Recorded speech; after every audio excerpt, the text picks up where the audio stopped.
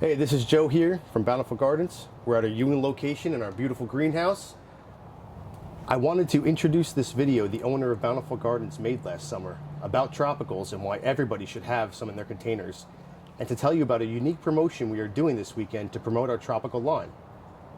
In the Florida region, they had some freezes and there's going to be a shortage on tropicals, so we wanted you all to know how great they are and to give our customers a chance to pre-order to have your plants here on Mother's Day weekend to pick up. What a great gift for your mom, grandmom, your wife, whoever. So just click on the links that are on the video to pre-purchase, or go to our website at www.bountifulgardensnj.com, click on tropicals and place your order. Hi, it's Lisa from Bountiful Gardens. Today it is August 13th and it's a whopping 95 degrees. I brought out my thermometer to show you. It's a heat index of 105, and I'm about to show you some amazing tropical plants that love the heat, and I'm going to show you why you should be using them in your hottest areas, around your pool, wherever you get full sun. A lot of times people come out here shopping in spring and they see the tropical plants and they don't realize what they actually do once July hits and the sun gets amazingly hot, crazy intense heat, and then these things will pop. So the first plant I wanted to show you is one of my favorites. It's Alamanda. I love the color it comes in. It comes in this bright yellow, and it popped. It's actually started popping in July when it started to become 90 degrees. Our first heat wave is when it exploded. And this is a plant from Florida. It loves the intense heat. And what you could do with this plant, I want to show you. If you're like, oh, it's so big, what do I do with it? It actually is meant to be by itself. So it's not one of those plants probably you're going to use as like when you're making a container garden with multiple plants. You're just going to pop these around in areas where you need a blast of color. Most commonly, I'll put this in pots that are around a pool area, or just anywhere where you want to fill in one big bushy splash of color. So I have a sample pot over here to show you how all these plants look and how you should be using them. Is you just basically, it can be this size, this is about a 12-inch diameter, or you can go even bigger. And if you're planting it early in the season, this thing will have grown, and it's just so it's meant to be used in a really pretty pot all by itself. And if I turn it around, you'll see like there's just so many flowers. And you don't have to deadhead this plant, and that's another great thing. There's no deadheading and cleaning it. It just goes. So I told you, today's 105 degrees, and this plant looks great. So that's one really awesome plant called Alamanda. The next one I want to show you is Tibocina. This is there's quite a few varieties, but again, you plant this plant as one single plant in one big pot, and you just set them around your patio, your deck, wherever, and they will just continue non-stop. Look at that color purple. I mean, it's beautiful, and it's been flowering and flowering every day non-stop.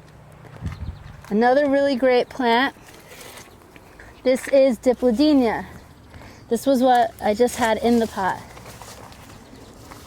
Look at all these flowers. Hummingbird attractor. You will get so many hummingbirds. So if you like a plant that will bring hummingbirds to your patio, this is the one. And again, the heat just made it go crazy. Once July came, it just went nuts. Plumbago, another underused tropical plant for all the people who love blue. Look at this bush. So this is something really big. So you would just put it in one large pot to make one large statement, and there you go. Filled blue flowers, almost looking like a hydrangea. You could we always sell them in a 1 gallon as well.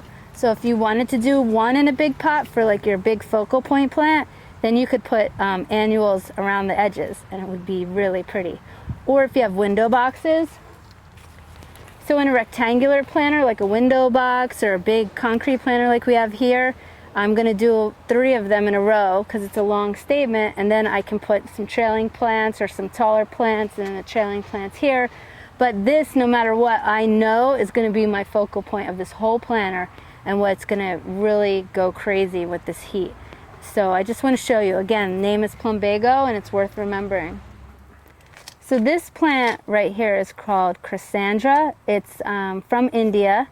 It takes intense heat. It starts blooming in around the end of June, and it literally, again, just like the other tropicals, will not stop flowering. It loves this heat. So it's got that real pretty shiny green leaf, and it's got a really pretty color orange flower. And it's one of those plants where you just pop it in one pot and let it go crazy. Another really beautiful plant for tropical areas like hot, intense heat by your pool. I love using jasmine. Jasmine smells really amazing. So if you put this in a pot on your patio, when you sit out there at night, the fragrance is just to die for. And it's really pretty, always with white flowers, very clean and fresh looking. So jasmine is definitely a plant I would recommend for a hot, sunny area. This, I just want to show you another version of Dipladenia. You had seen the really deep burgundy. This one, if for all the pink lovers, really pretty with that contrasting throat. That's a dark burgundy color with the light pink. And I don't know if you can see all those buds, but in 105-degree weather, this thing has not been deadheaded, and to have that many flowers is just showing you that this is a plant that loves the heat. It's going crazy.